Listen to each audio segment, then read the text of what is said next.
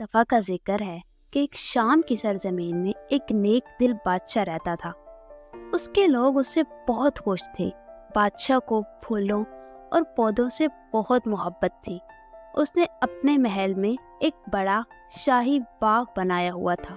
ہر روز مغرب کی نماز کے بعد وہ اپنے باغ کی سیر کرنے جاتا تھا۔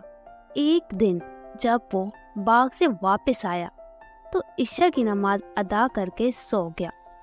خواب میں اس نے دیکھا کہ 4 پریاں آسمان سے نیچے اتر رہی ہیں۔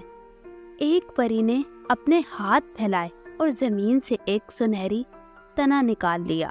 پھر دوسری پری نے ہاتھ پھیلائے تو اس نے تنے پر چاندی کی شاخیں اگائی۔ تیسری پری نے ہاتھ پھیلائے تو ان شاخوں پر ہیرے کے بنے پتے نمودار ہو گئے۔ بادشاہ اس خوبصورت درخت کو دیکھ کر بہت حیران رہ گیا جو سونے اور چاندی سے بنا ہوا تھا۔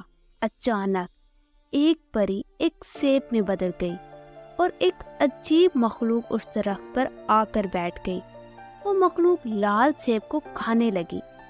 اسی وقت بادشاہ کی آنکھ کھل گئی اور وہ اس انوکھے خواب کو لے کر پریشان تھا۔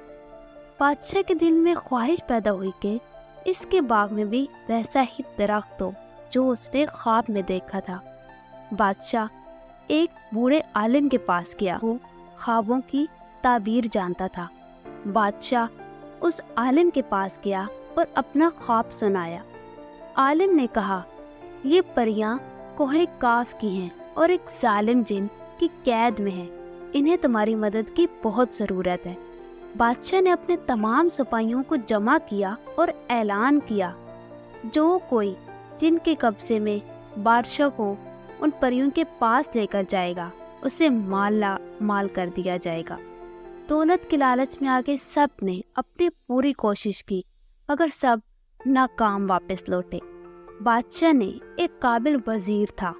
وزیر نے بادشاہ سے اجازت طلب کی کہ وہ یہ مہم سر انجام دے گا اور بادشاہ نے اسے اجازت دے دی۔ وزیر کوہ کاف کی جانب روانہ ہوا۔ راستے میں اسے جنگل میں ایک زخمی شخص دکھائی دیا جو تکلیف میں تھا۔ وزیر نے اس کے زخموں کی مرہم پٹی کی۔ زخمی شخص سے شکریہ ادا کیا اور پوچھا کہ وہ کہاں جا رہا ہے۔ وزیر نے اسے اپنے سفر کا مقصد